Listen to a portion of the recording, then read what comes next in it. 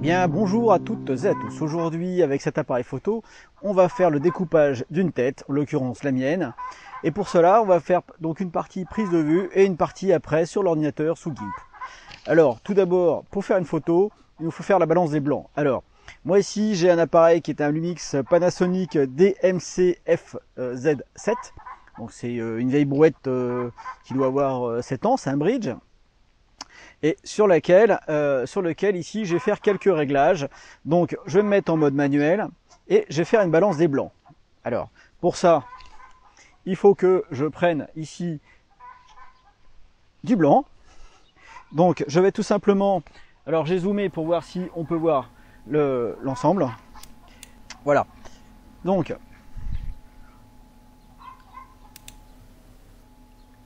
je suis sur mon appareil. Je suis en mode M, donc manuel, et je commence donc ici par faire un équilibrage des blancs. Donc je rentre dans le menu, et dans le menu, alors pour mon appareil, j'ai donc la possibilité de faire 7, donc de sélectionner, je vais dire que c'est balance des blancs 1, voilà. Je lui mets maintenant ma feuille, ici, devant l'écran, et je valide. Et voilà, la balance des blancs est faite, donc j'ai maintenant une lumière qui est appropriée par rapport à tout ça.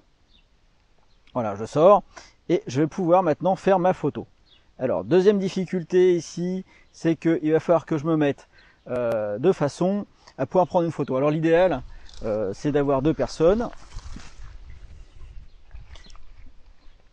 Donc me voilà avec la chaise, je vais me mettre à peu près ici, sachant que ma chaise, voilà, si je m'assois ici, je suis à peu près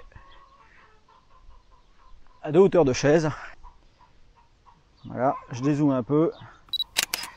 L'idéal c'est d'avoir le maximum de tête dans l'image. Voilà, je vais me remettre maintenant ici sur 10 secondes. Donc je vais tendre mon cou, avoir les cheveux bien plaqués, c'est facile pour moi.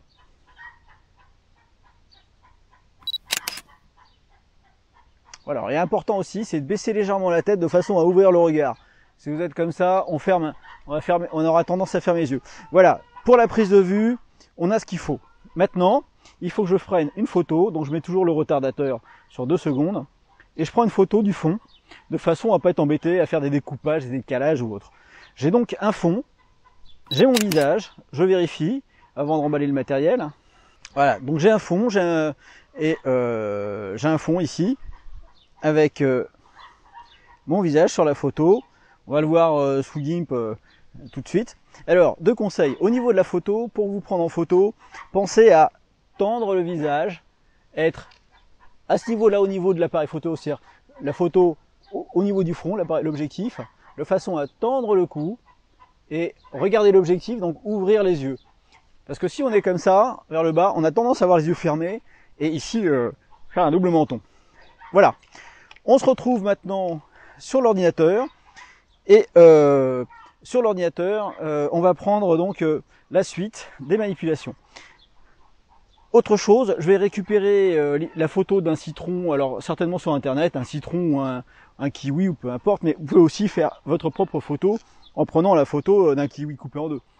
Moi j'étais un peu feignant, je vais aller comme ça. À tout de suite. Nous voilà donc sous GIMP où je vais importer 2 photos, donc les 2 photos prises.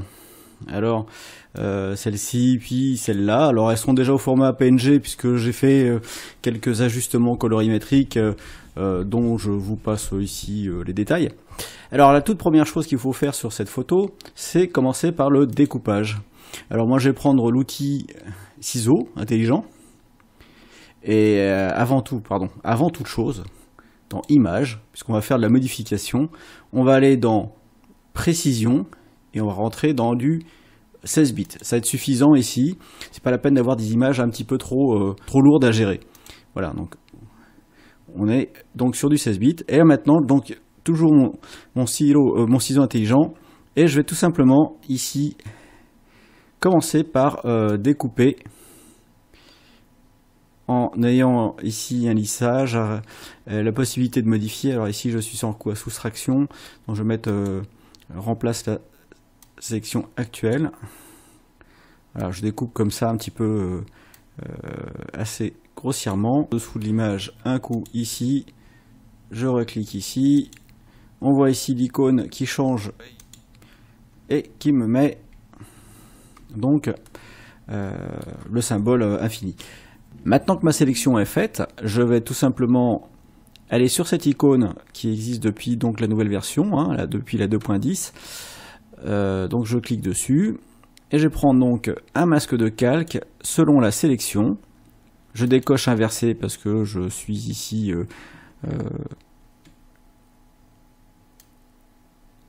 en couleur noire devant.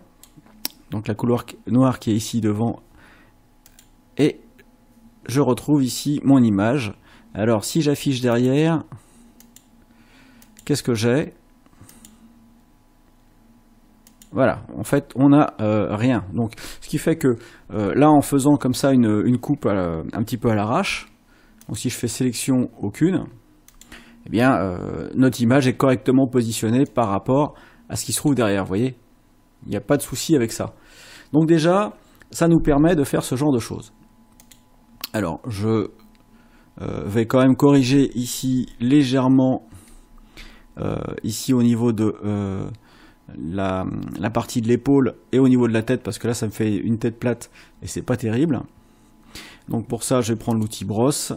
Je suis sur du noir et je vais tout simplement cliquer ici. Donc je suis bien sur le masque de calque, hein, et je vais tout simplement cliquer ici sur les 2-3 points qui m'embêtent. Hop, je fais X pour avoir du blanc, pour reprendre un peu de matière.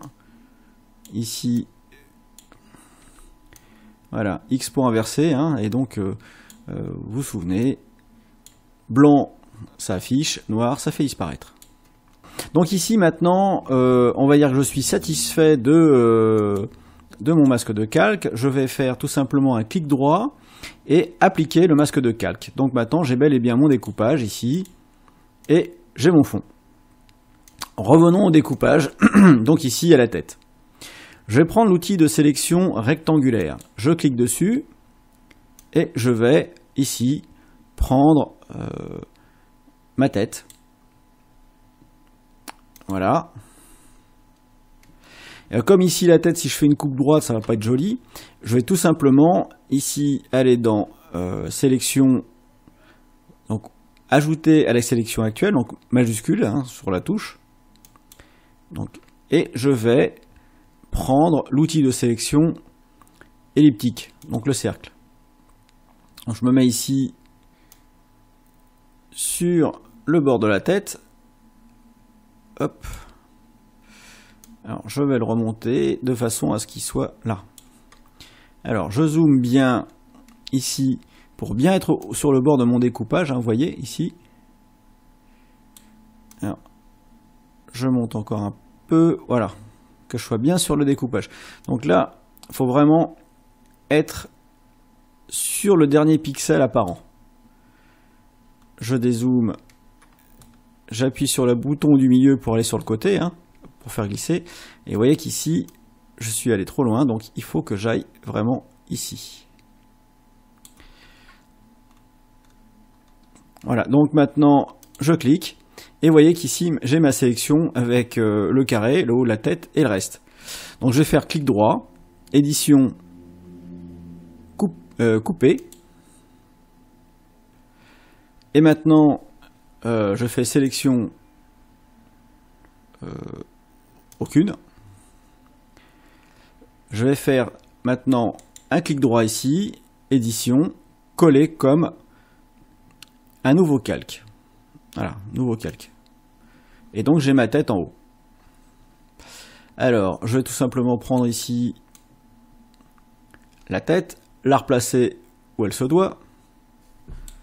Puis je vais justement la faire glisser d'un côté ou de l'autre. Bon.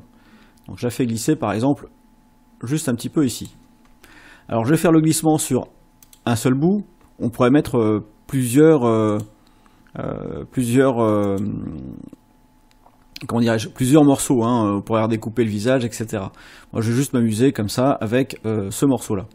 Donc, vous voyez qu'avec le fond, ça matche parfaitement. On a ici la tête qui fonctionne parfaitement. Donc, sur Pixabay, j'ai sélectionné 3 images. Celle-ci, parce qu'on a ici, comment dirais-je, il faut voir que que l'image soit à peu près, qu'on puisse exploiter un citron à plat. Hein, ne prenez pas un citron qui soit vu de face, ça ne marchera pas. Alors, celle-ci ici me plaît particulièrement pour ce citron-là. Vous voyez ici on a déjà une ellipse, elle est un peu penchée, mais c'est pas mal. Voilà, donc j'ai ici mon image sur l'ordinateur. Donc voilà, c'était juste pour vous indiquer que sur Pixabay vous pouvez télécharger. N'oubliez pas de mettre un petit pouce parce que faire des photos aussi belles et prendre le temps, c'est quelque chose qui nous fait nous gagner du temps et qui est sympa de rétribuer au moins par un pouce. Voilà, donc j'importe mon petit citron. Voilà, je convertis. Hop. Et vous voyez qu'ici, le citron, il est énorme. Tout simplement énorme. Alors, je vais rétrécir l'image.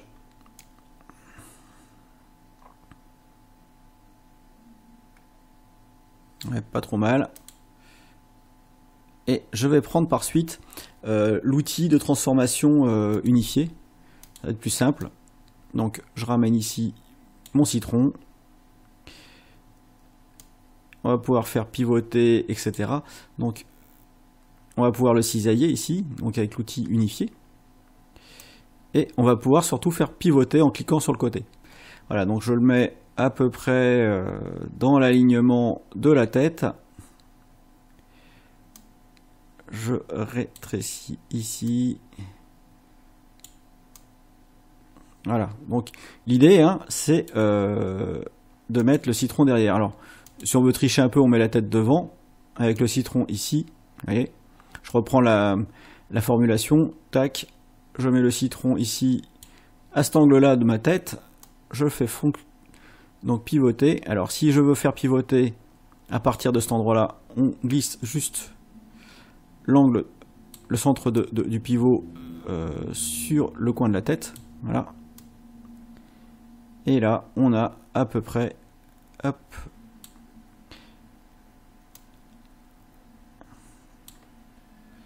l'alignement. Alors, il est un peu difficile à prendre en main au début, hein, cet outil d'alignement. Mais bon, à force, on finit par s'y faire. Alors,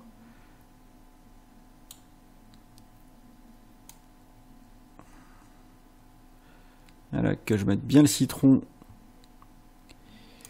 dans la tête. Voilà, c'est le plus difficile.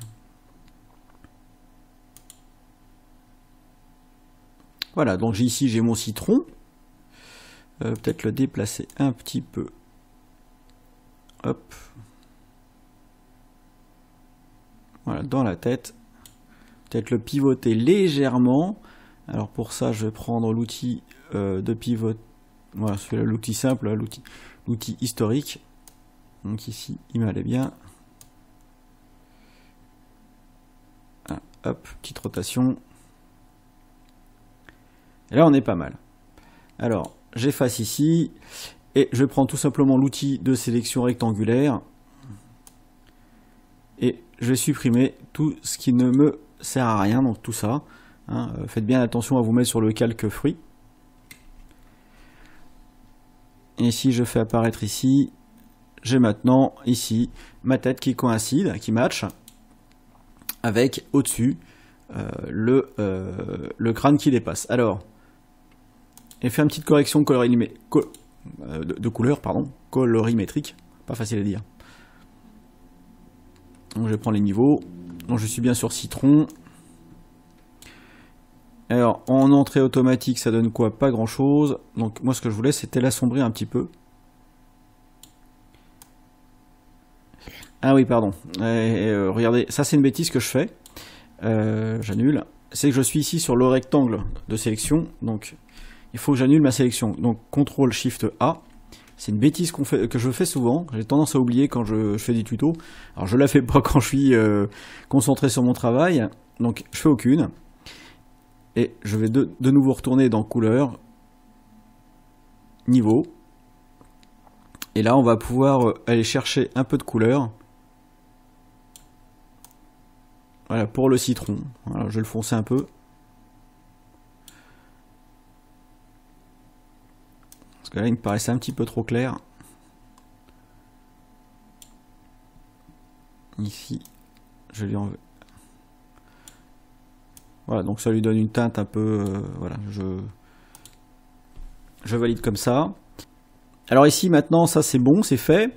Il ne reste plus qu'à aplatir, à fusionner vers le bas. Donc j'ai ma tête avec mon citron, j'ai le fond. Il ne me reste plus maintenant qu'à créer un effet d'ombrage ici sous le crâne. Alors pour ça, on va prendre l'outil, on va créer un nouveau calque. Un calque transparent. On va le glisser entre le premier calque ici de la tête et le second calque ici de la tête partie basse. Je prends l'outil de sélection à main levée et je vais tout simplement ici aller jusqu'à l'angle, alors que on regarde bien ici jusqu'à cet angle là, on croise la peau du dessous et la peau du dessus. Bien dire la peau du dessus, hein, pas, je n'ai pas dit de bêtises. Et je vais mettre ici une partie ombre. Voilà, donc j'ai fait une sélection. J'appuie sur Entrée pour la valider. Et je vais la remplir avec du noir, tout simplement. Ou alors, on peut mettre tout de suite un dégradé. Alors, je vais prendre l'outil de dégradé. Noir, vert, transparent. Toc, voilà. Noir, vert, transparent.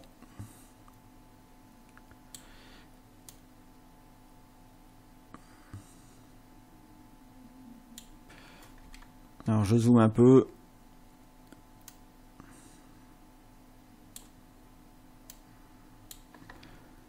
Voilà, ça me paraît pas mal. Je valide. Je suis toujours sur mon calque ici avec la sélection. J'annule la sélection, je fais CTRL SHIFT A. Je vais utiliser un filtre et puis je vais flouter tout ça, donc un flou gaussien. Et l'idée c'est de ne plus avoir de bord net au niveau de cette ombre. Pardon.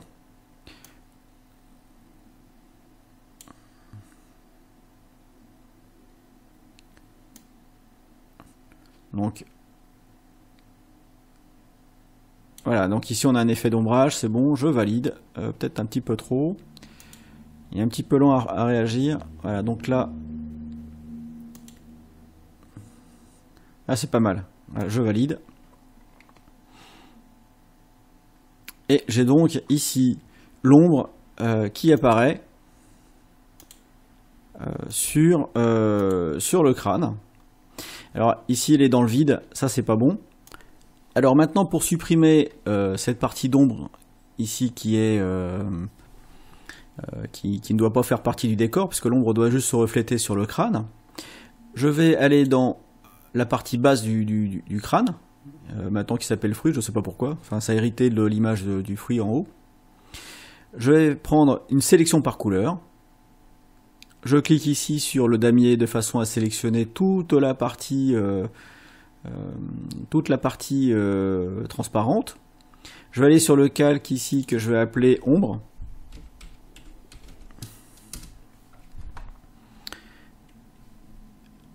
Et je vais tout simplement supprimer, faire supr pour enlever ce qui dépasse. Alors ici, je ne sais pas pourquoi, il y avait peut-être un petit boui-boui, donc je vais tout simplement gommer cette partie-là. Alors CTRL SHIFT A pour annuler. Et donc j'avais ici apparemment un petit reliquat qui sur le crâne qui dépassait même en transparent, donc ça l'a pas pris. Voilà. on a maintenant ici l'ombre sur le coin du crâne avec le crâne lui-même.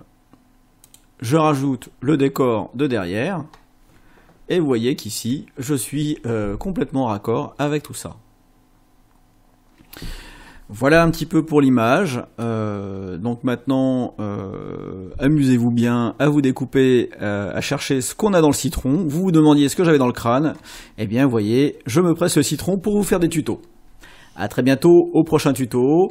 Je vous fais des gros bisous, je vous like et j'espère vous retrouver tout bronzé aussi. À bientôt. Tu as aimé cette vidéo? Eh bien, mets-moi un pouce bleu s'il te plaît, partage-la autour de toi sur tes réseaux sociaux et mets-moi un petit commentaire pour pouvoir m'aider à avancer sur YouTube. Merci.